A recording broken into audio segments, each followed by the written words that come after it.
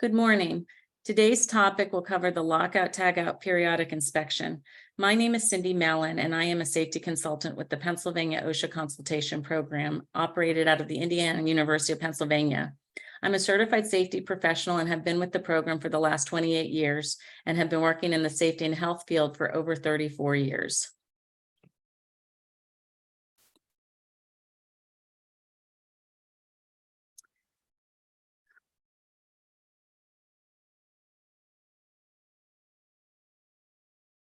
Just to give you some general information about this webinar, this is a PowerPoint presentation and you can post questions in the chat.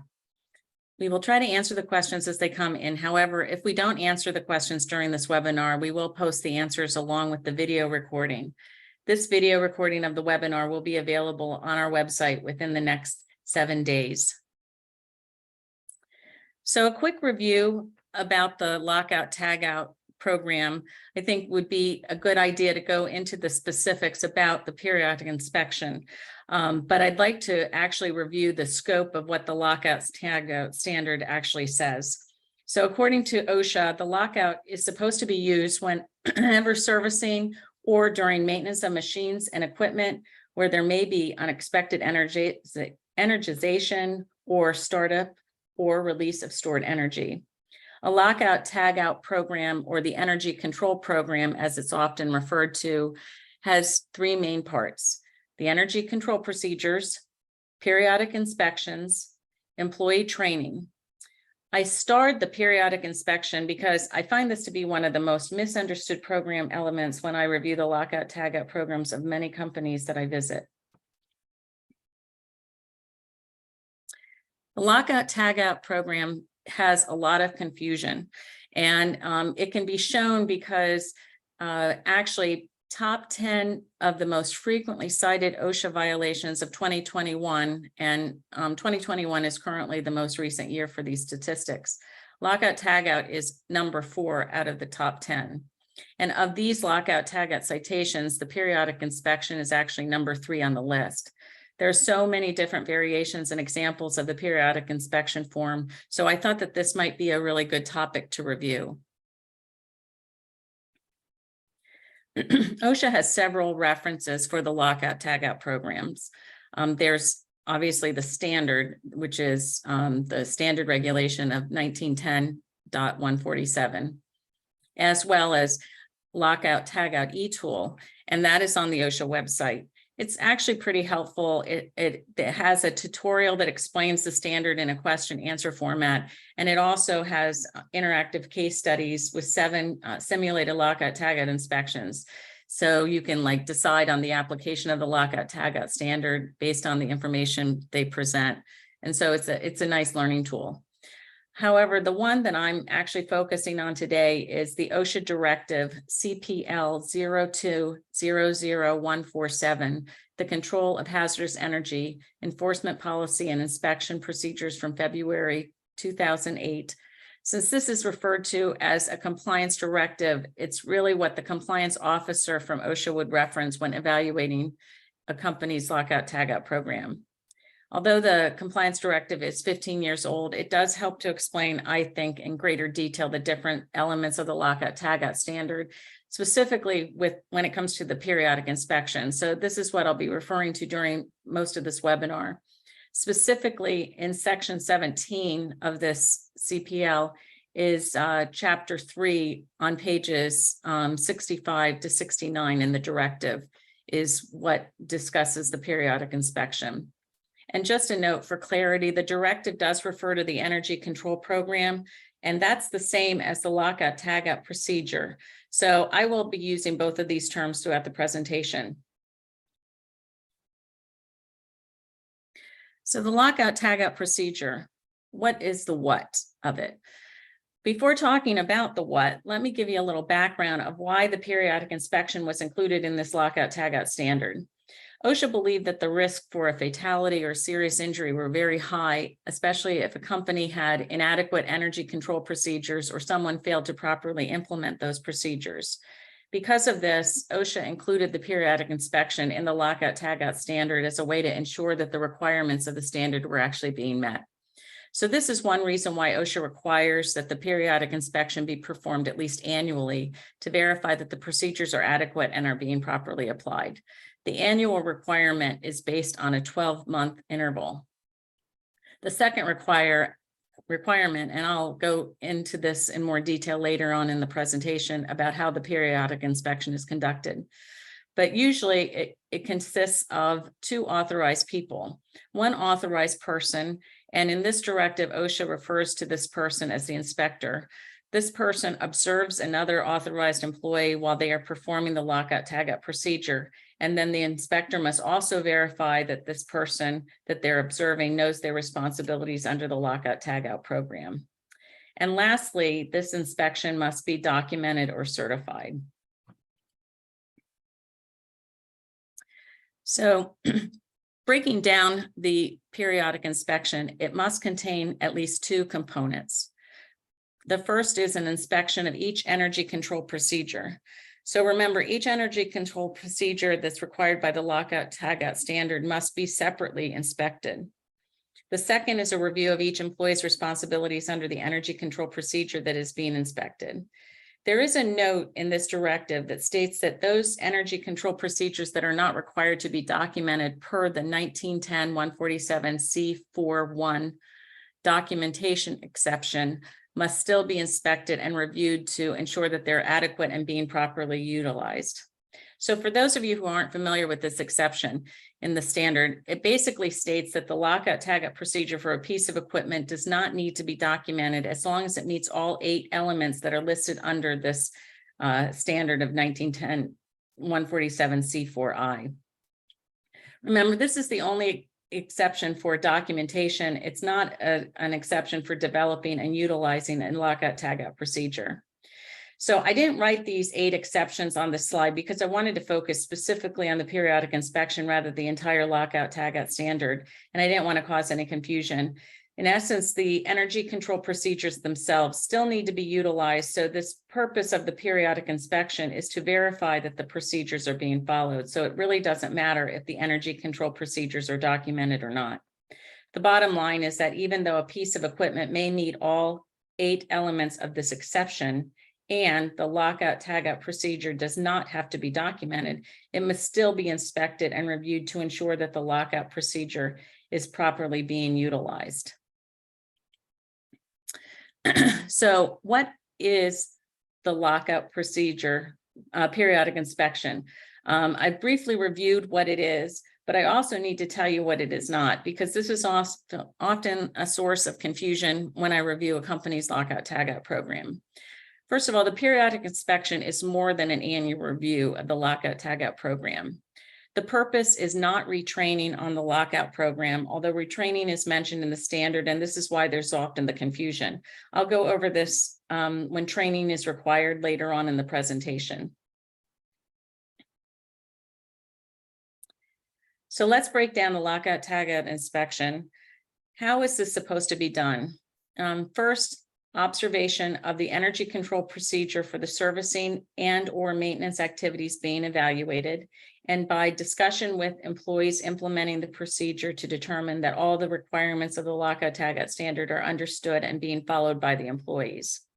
There is a note about this called the impossibility affirmative defense, and you can see that the arrow pointing to that. The affirmative defense is any matter that, if established by the employer, will excuse the employer from a violation that has otherwise been established by OSHA. So if a small business cannot meet the periodic inspection requirements, this must be evaluated by the OSHA compliance officer on a case-by-case basis. For a small business, this may definitely come into play when a business may only have 1 authorized employee. According to the compliance directive, at minimum, these inspections must include a demonstration of the procedures and must be performed while the authorized employees perform servicing and or maintenance activities on machine or equipment. It may be accomplished at various times through random audits, plant tours, safety tours, or planned visual observations.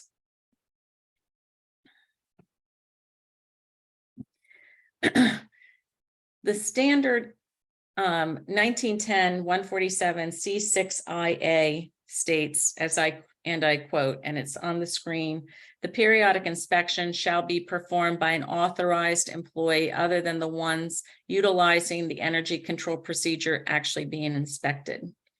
This is specifically where the note on the previous slide discusses the need for affirmative defense, because obviously if you only have one authorized employee in your company, it would be impossible to perform the periodic inspection because that person cannot be the authorized employee inspector as well as the authorized employee who's being observed. So according to an interpretation letter, and it's actually October 29th, 1996, Mabley interpretation letter. I apologize, I have on the slide December, but it's actually October. But Mr. Mabley basically asked if OSHA was trying to preclude consultants and other third parties from conducting required periodic inspections and audits of a company's energy control program by stating in the standard that an authorized employee shall conduct periodic inspections in the lockout tagout procedure. And so John B. Miles Jr., who was the director at the time of Directorate of Compliance Programs, who they are writing these interpretations to, replied, and again, I quote here, he wrote that an authorized employee means a qualified person whom the authority and responsibility to perform a specific lockout or tagout inspection has been given by the employer. A qualified person is a person who has been trained and has demonstrated proficiency in compliance with 1910.147C7 to perform servicing and maintenance on the machine or equipment to be inspected. And the standard he is citing there, that 147C7, is the training and communication requirements of the standard. He goes on to say that, therefore, please note that the function of the conducting periodic inspections by consultants would meet the above criteria for the purpose of complying with the lockout tagout standard requirements. So the basic idea is that an authorized person could also be a consultant or an outside person, you know, as long as they're qualified, and they would not necessarily have to be an employee of your company. So getting back to the standard, the authorized employee who's actually doing the observation is oftentimes in the compliance directive and referred to as the inspector. So when carrying out the first component of the periodic inspection, you must be an authorized employee other than one that's utilizing the energy control procedure being inspected. And again, it may be somebody who previously has or currently implements the energy control procedure being inspected. And she or he must not be actually implementing, though, that part of the energy control procedures while it's being inspected. So you do need to have another person doing the observation. Continuing on with the inspector, what they need to do, they must be able to determine whether the steps of the energy control procedures are actually being followed, and the employees involved know their responsibilities under the procedure. So basically the person that's being observed knows that, and also the procedure itself is adequate to provide the necessary protection, and if inadequate, what modifications are needed. So when do you have to do this periodic inspection? As I mentioned before, the periodic inspection must be conducted at least annually, and that is based on the 12-month intervals. Those energy control procedures used less frequently than once a year, again, based on 12-month interval, need to be inspected only when used. There's another interpretation letter from November 30th of 2010 from Mr. Jimmy Hill with many questions pertaining to the lockout standard, but there were a couple that I thought pertained to this specific question or issue about when it should be done. Question 4 in that interpretation, for anyone who wants to actually read this, Mr. Hill asked, and I'm paraphrasing the question and answer, he says, ask, can one authorized employee who is not performing the lockout procedures observe or inspect a second authorized employee who is performing the lockout procedures? And the response from Thomas Galassi, who is the director at that point, answered, yes, the authorized employee performing the inspection may be someone who has previously implemented the energy control procedure being inspected, as long as he or she is not actually implementing any part of the procedure while it's being inspected, kind of what I mentioned before.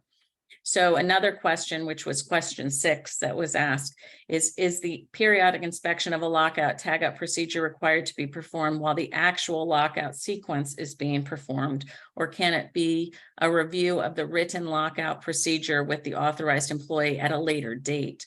And again, so this is where the actual time when you have to do these comes into effect. And Mr. Galassi, the director, basically said that these inspections must provide for the demonstration of the procedures and must be performed while the authorized employees perform servicing and or maintenance activities on machines or equipment.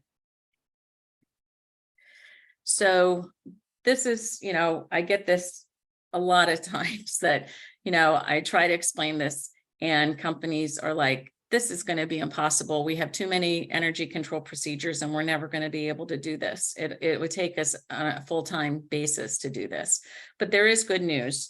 According to the standard, an employer may group distinct procedures associated with similar machines or equipment and consider the group of procedures to be a single procedure for a periodic inspection, only if the machines or equipment in the group have the same or similar types of control measures. So what does that actually mean? So the group of distinct procedures may be considered to be a single procedure as long as it complies with Section 9 of the Chapter 3 in the CPL. And the section actually says that energy control procedures must explain what employees must know and state what steps the employees must take to effectively and safety control the hazardous energy during the maintenance activities. So in other words, this means that machines and equipment must all be listed or identified in the scope of your lockout tagout program. So these energy control procedures must have like a scope statement that lists or identifies all the machines to which that procedure applies.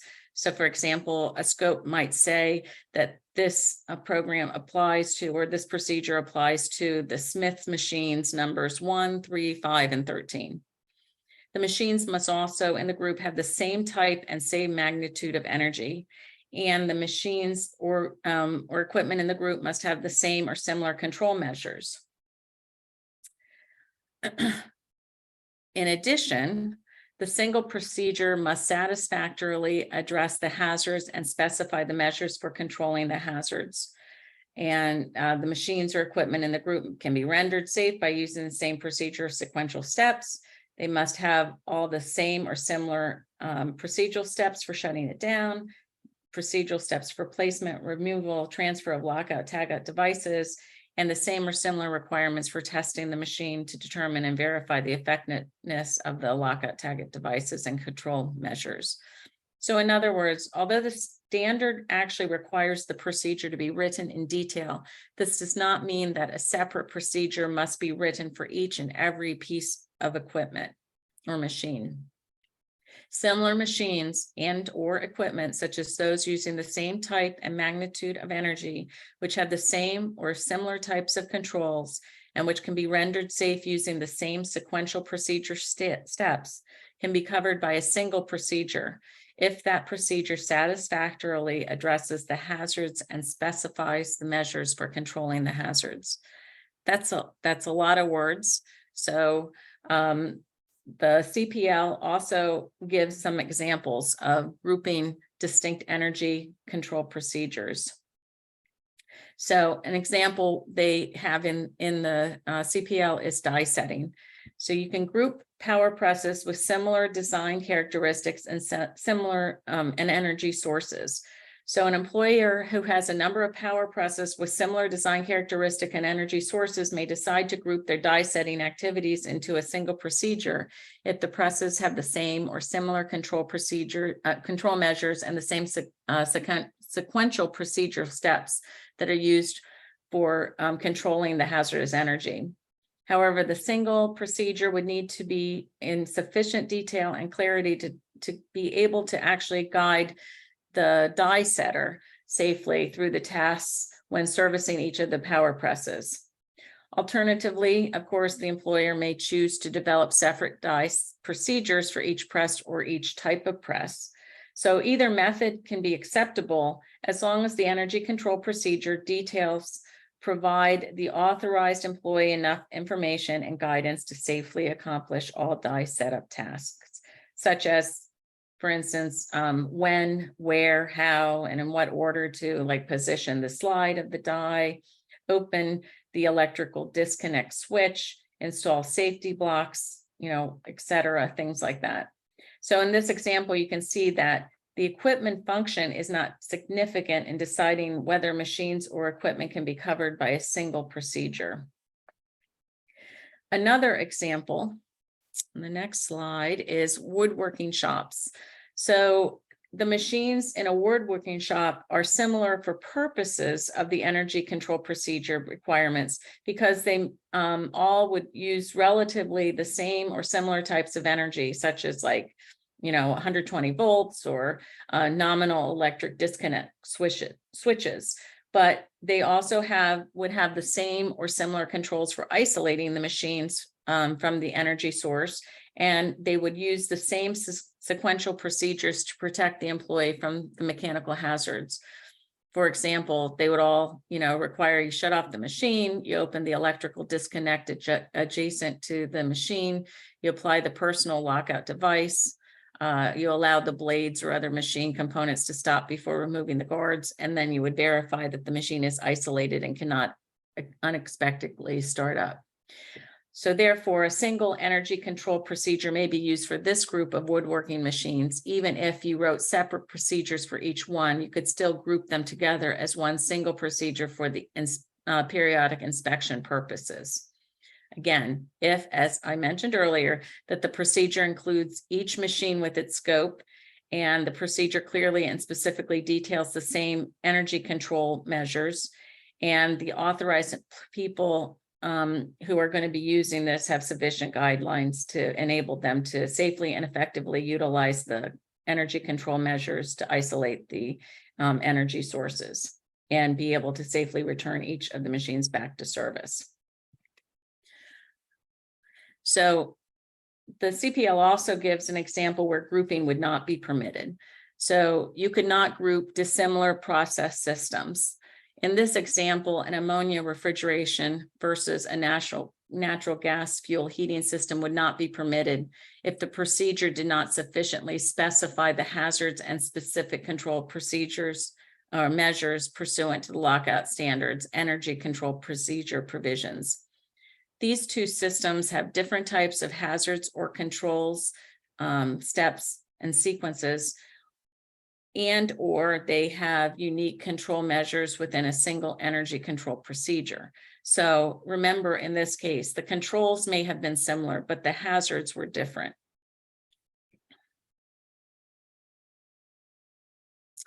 So remember, when grouping distinct energy control procedures, the machine's functions are not the significant factor. The function of the machine may actually be different, but the hazards and the controls must be the same. OSHA recognizes that an employer may be able to develop a single energy control procedure applicable to all machines and equipment in their facility. But when the control measures are dissimilar, the employer is required to develop more than one procedure for those energy sources that are unique or different. Or if you had a single generic procedure, you would need to supplement it with additional information that's specific to that piece of equipment. And OSHA has listed that it could be checklists, appendices, or work authorization permits. And it does a kind of a whole section on what work authorization permits are. But an example that OSHA uses is to assume that a single procedure is intended to cover a group of machines, and that part of the energy control procedure requires the use of a start-stop button for shutdown and the energy isolation verification purposes. However, one of the machines does not have a start-stop button because it's wired directly into an electronic, like on-demand signal. So in this scenario, the single procedure will not provide adequate instructions for the machine without a start-stop button, because the single procedure will not provide the sufficient employee guidance on how to effectively shut down the machine and verify the energy isolation, since it's a different way of doing it for that specific machine. Remember, lockout tagout is what is called a performance standard. However, although it is a performance standard, it is still a standard that you must comply with. So the difference is that OSHA doesn't explicitly state how you are going to comply with it, and the standard focuses on the achievement of the desired result, not necessarily on how you're going to achieve it.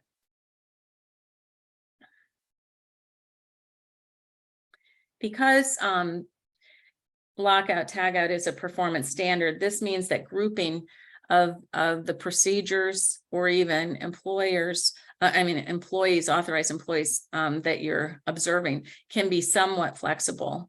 And so the employer can select different individual procedures from the group of same or similar procedures for each year for the evaluation.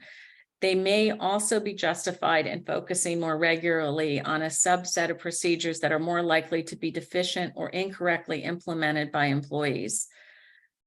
But remember that those procedures chosen must reasonably reflect plant servicing and or maintenance operations and practices. So you want to make sure that you are focusing on have a reasonable group that does have most of your maintenance and service operations. But also you want to, if you have many procedures, you would want to focus on those that, people mess up or, don't quite understand and are incorrectly implemented. So I've spent all this time talking about the first component of the periodic inspection, which is the actual review of the energy control procedures. But there is a second component, which is the review with the authorized employee. Just like the flexibility allowed in grouping the energy control procedures, this component can also be grouped.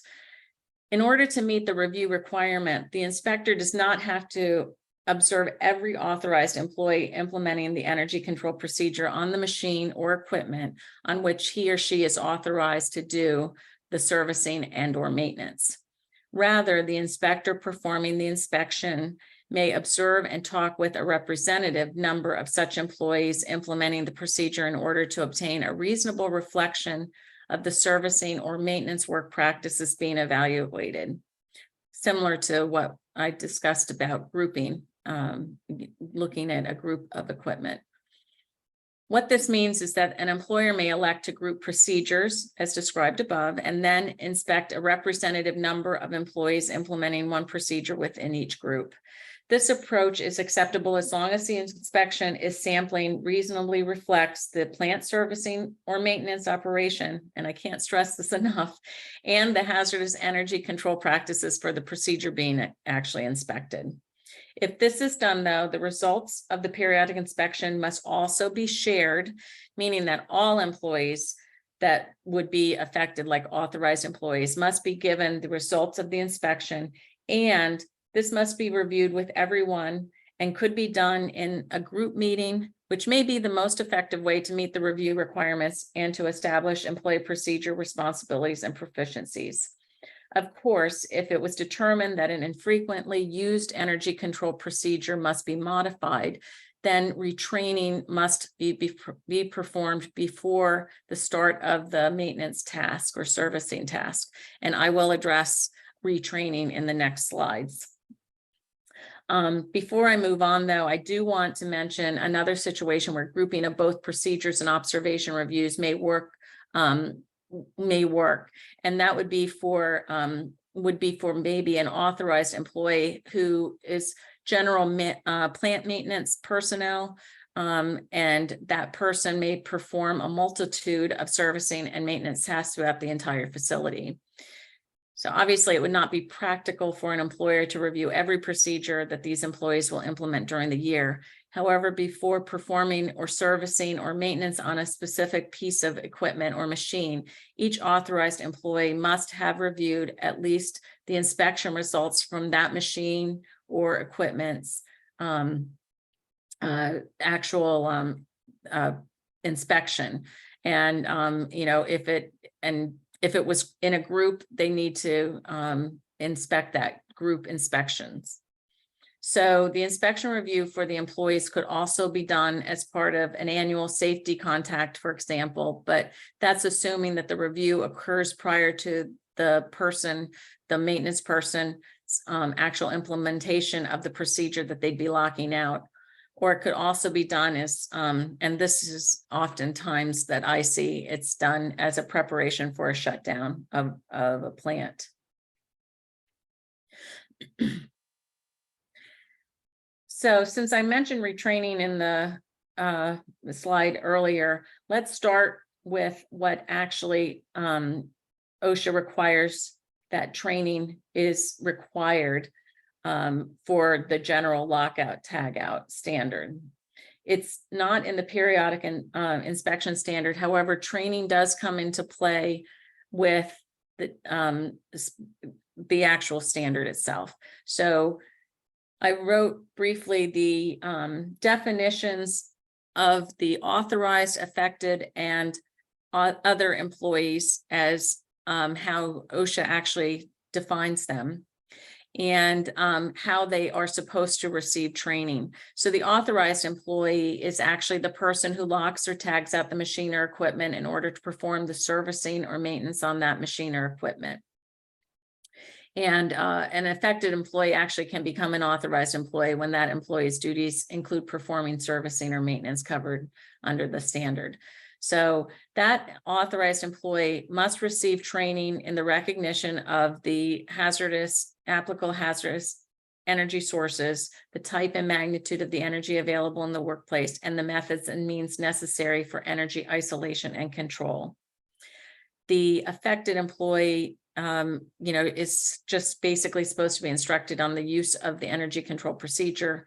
And the other employee is an employee who work operations, may be in the area where the lockout is being utilized.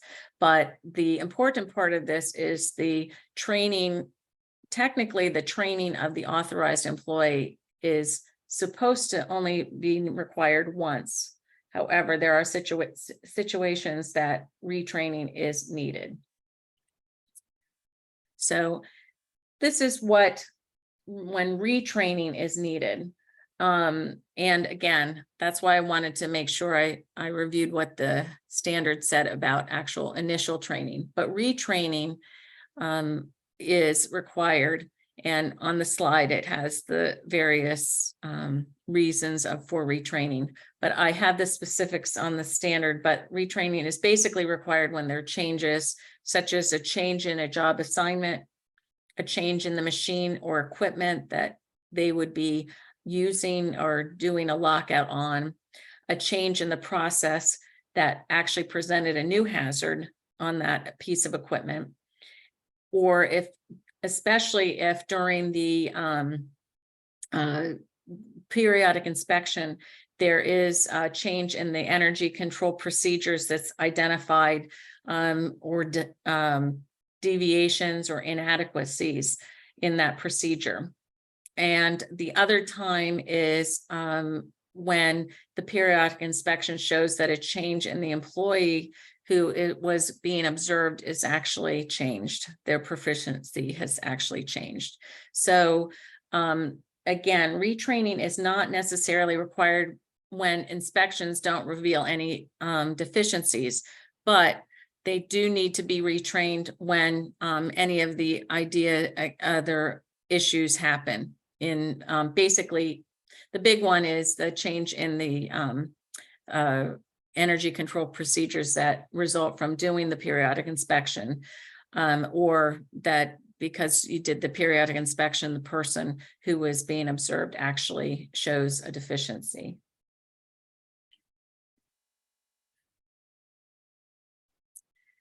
So the periodic inspection also, the third part, it requires certification. So what must the certification identify? It must identify the machine on which the procedure was utilized. It must identify the date of the actual periodic inspection. Also identify the employees included in the inspection and include the person who, the name of the person who performed the inspection. And also in this certification, the employer must certify if training or retraining needed to take place.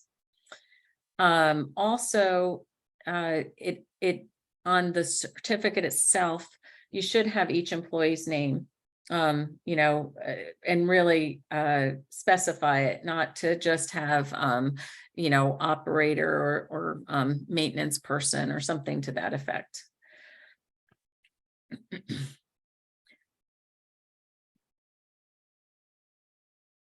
So just so you know, ANSI does have alternative methods. So the ANSI, which stands for American National Standard Institute, has a standard on the control of hazardous energy, lockout, tagout, and alternative methods. And that's listed as ANSI ASSE Z244.1-2003. And it's considered a consensus standard. Now, it does not mandate that all the minimum requirements of OSHA's lockout tagout program. So, for example, additional affected employee review requirements when tagout is used for energy controls that are prescribed in the lockout tagout standard, and does not affect the employer's obligation to meet all of the requirements contained in the lockout tagout standard and related hazardous energy control standards. So there are some differences between ANSI's alternative methods and OSHA's lockout tagout standard as they define the lockout tagout program.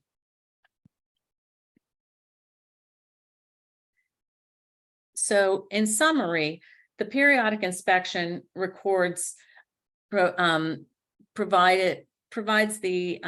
records to actually provide the compliance officer from OSHA with a way to determine the employer compliance with the standard, and also whether the energy control procedure provides sufficient details and adequate guidance for an authorized employee to clearly understand how to safely and effectively utilize the hazardous energy control measures for a particular machine or a piece of equipment being serviced or maintained.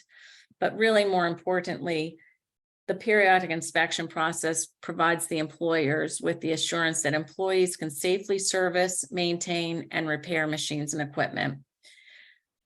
So that ends the training portion of this webinar on the lockout tagout periodic inspection requirement. And you can find more information about our program by going to our website at www.iup.edu/PA-OSHA consultation, and OSHA consultation is one word. On this page, there's there's a video that explains our program, and we provide a free service to small businesses, which are defined as those with 250 employees at one site or 500 or fewer employees nationwide. And if you hit the down arrow at the top, which it's pointed to by that red arrow, you'll come to this page. And basically, listing will come up, and it says resources heading, and there's a link at the bottom under resources heading for you can see the bottom link says consultation request form, and that'll take you directly to our online form, which you can request a free consultation. Then the top link that's circled is newsletters and YouTube channel, and that'll take you to a sign-up form to receive our biannual newsletter, and where you can also download our most recent newsletters. Or if you go to the YouTube channel, you can actually watch a video that describes in detail what our program is all about, as well as watch past webinars that have been produced. And if you look up at the corner, that big circle with the big red arrow, Please subscribe to our channel, and that way you'll be notified of any new webinars. You can always contact me directly at cmellen@iup.edu, and make sure it's CMELLEN. That's where a lot of people mess up my email address. You can also call our main office, and one of our consultants who's on phone duty that week will be sure to call you back within 24 hours. And that phone number is 1-800-382-1241. We are also on Facebook and Twitter. So thank you for attending today's webinar on the OSHA requirements for the Lockout Tagout Standards Periodic Inspection. I do hope that this information was helpful. The next upcoming webinar is on July 12th at 10:30 a.m. And remember, you can always visit our website or call us directly. Thank you again. Have a great afternoon. Bye-bye.